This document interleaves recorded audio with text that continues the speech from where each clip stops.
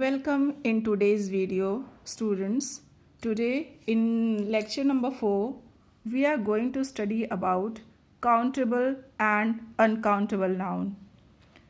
On the basis of ability to be counted, nouns can be classified as either countable or uncountable.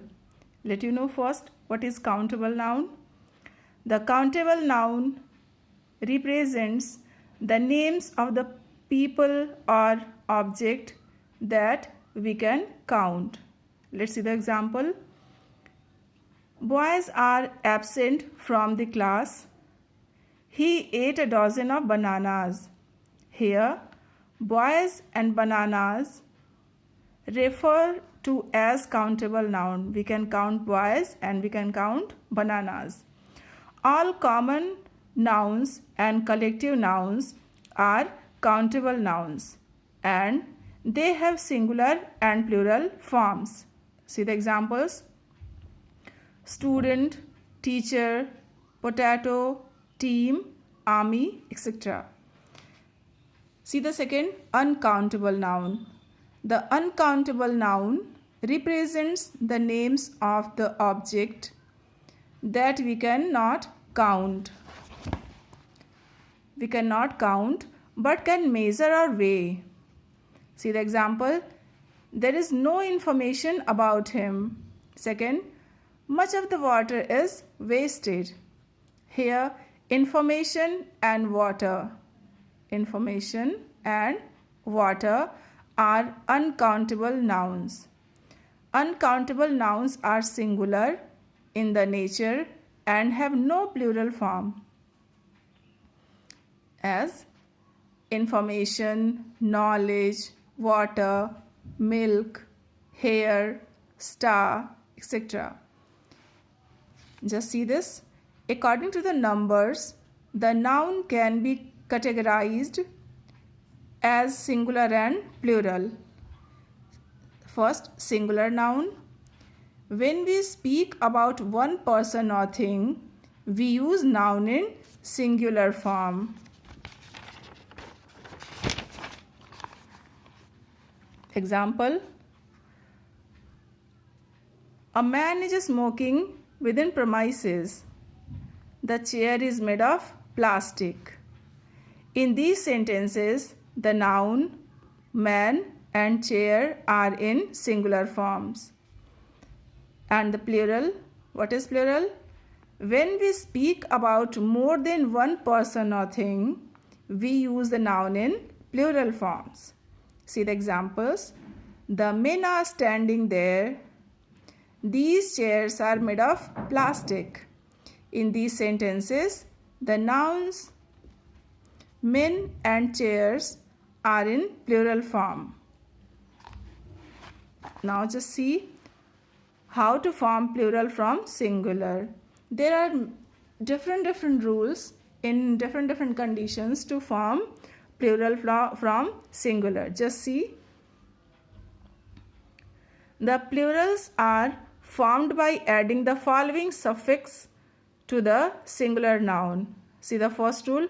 By suffixing s to the singular nouns, as cow, cows, desk, desks, pen, pens, map, maps. You can see here we added only suffix s to make plural.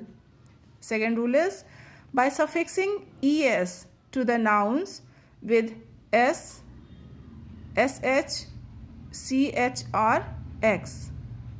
Again just see, by suffixing es to the nouns with s, sh, ch or x. Class, classes. Box, boxes. Brush, brushes. Match, matches. You can see these singular words ends with s, sh, ch and x. In such type of circumstances, we will use es to make plural. See the third rule. By replacing y with I and adding es to the nouns ending in y and whose second last letter is a consonant. See through the examples. Candy, candies, baby, babies, hanky, hankies, story, stories. You can see these all four nouns end with y. We replace y with I and use es. Means we will use ies removing y to make its plural. Again, just see the next rule.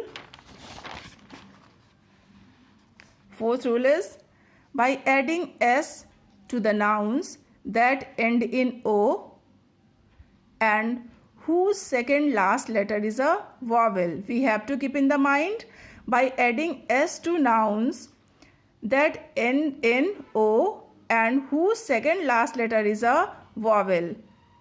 Example, video, videos, studio, studios. We can see the second last letter here is a vowel e and here I.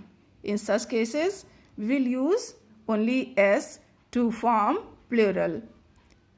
See the fourth second. By adding es to the nouns ending in o and whose second last letter is a consonant. Now here it was talking about vowel, but here is consonant. See the example, mango, mangoes, potato, potatoes, tomato, tomatoes. Here we can see the second last letter is consonant, G, T, T. In such cases, we will use es to form plural, mango, mangoes, potato, potatoes, tomato, tomatoes. Okay. Thanks for watching this video.